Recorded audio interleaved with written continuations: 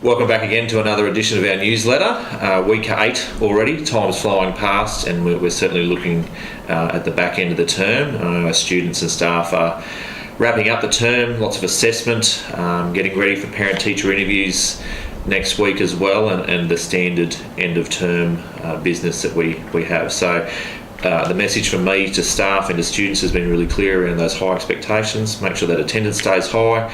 Make sure that when you're here, you're doing your very best and leaving that great mark behind as you wrap up your learning for the term. So if you haven't done already, parent-teacher interviews are open via the SOBS booking link on the website. It's also out in the School Bag app. And if you've got any dramas in making that booking, please just call the office ladies, and they're only too happy to help you out with that. This Friday is National Day of Action Against Bullying.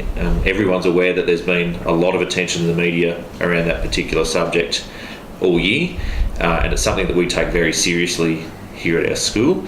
But we also want to acknowledge that there's lots of things that don't also constitute bullying.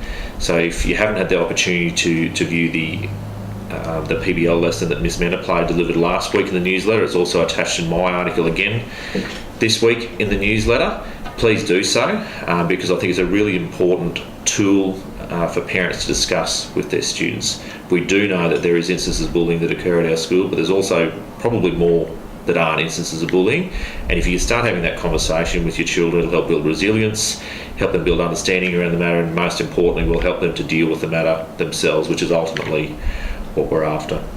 So this Friday, all the students in the school will receive a little armband, which helps to raise awareness of bullying in our schools and in our community. The teachers will be delivering some lessons. There's some great resources available on the Bullying No Way website, which I encourage parents to access as well. Some great practical tips on how to speak with your child about those particular issues, and the things that you can do and the things that they can do to overcome any of those particular subjects.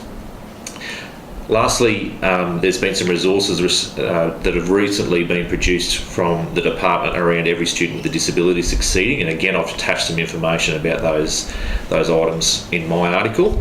I really encourage you to read those. It's a really clear message around every student, no matter the disability or background, being able to achieve in state schools, and certainly a message that we believe really strongly in here at our schools, and we pride ourselves on the work that we're able to do to include and make sure that the students with disability are not only achieving but socially accepted and feel a part of our community.